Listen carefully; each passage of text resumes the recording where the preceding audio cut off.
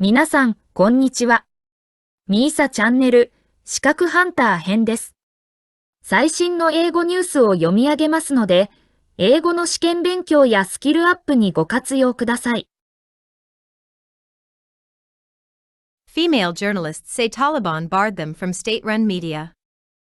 By VOA News. August 21st, 2021, 5:31 a.m. File in this photo taken on September 29, 2020, radio presenter Shukriya Wali reads the news during a broadcast at the Merman radio station in Kandahar. Washington. At least two female journalists working for a state-owned broadcaster in Afghanistan have said the Taliban are not allowing them to work. Since entering Kabul last Sunday, the Taliban have taken control of government agencies, including state-run media. When journalists at the National Radio Television Afghanistan, RTA, arrived at work, some women were told they could not enter the building. In a video posted online, RTA news anchor Shabnam Khan Doran said that male colleagues were allowed into the building, but that she was turned away. "I was not allowed in, despite having my office card. The male employees with office cards were able to enter the office, but I was told I couldn't continue my duty because the system, government, has changed," Doran, who has worked in journalism for 6 years, said in the video. Another RTA anchor, Khadija Amin, told the privately owned TOLO News that she was not allowed to enter her office on Tuesday, and that other colleagues were also later turned away. Amin said they spoke with the new Taliban-appointed director, who told them the group would soon make a decision about whether they can work. She added that the Taliban have changed RTA programs, and there are no female presenters. One journalist who used to work for RTA said she is worried about her former colleagues. "Unfortunately, we are going back to the Taliban's era. I am very concerned about the safety of my colleagues," the journalist, who asked not to be identified, told VOA.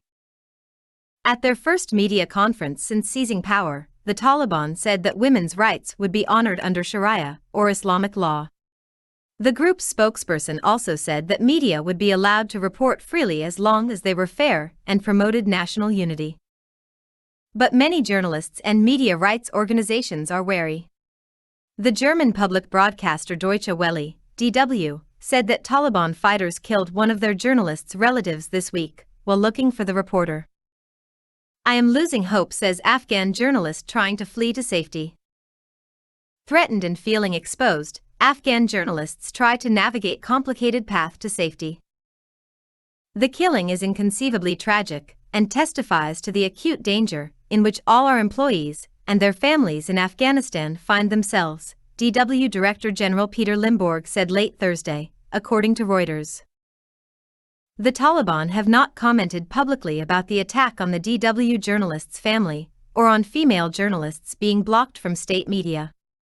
They said previously that journalists are free to work at privately owned media, but that the Taliban will run state-owned outlets. Change of programming.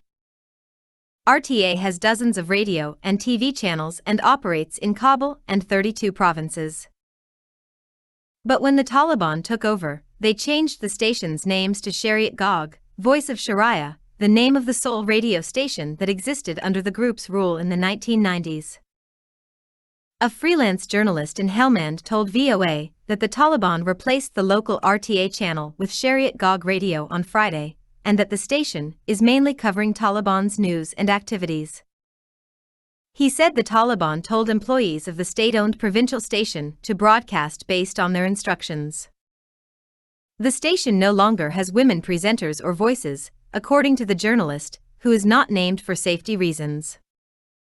Female journalists at privately owned stations have continued to broadcast. On Tuesday, a female anchor at TOLO News interviewed a Taliban official, in a move many considered unprecedented.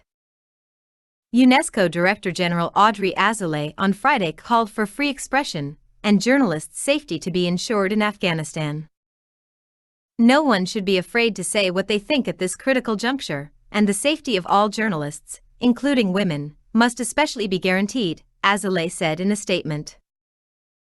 UNESCO added that the progress of the past 20 years should not be undone, and in particular that women journalists must be able to continue their crucial work. This story originated in VOA's Afghan division. 以上で今回のミーサチャンネルは終了です。最後までご視聴いただきましてありがとうございました。よろしければ高評価とチャンネル登録をよろしくお願いします。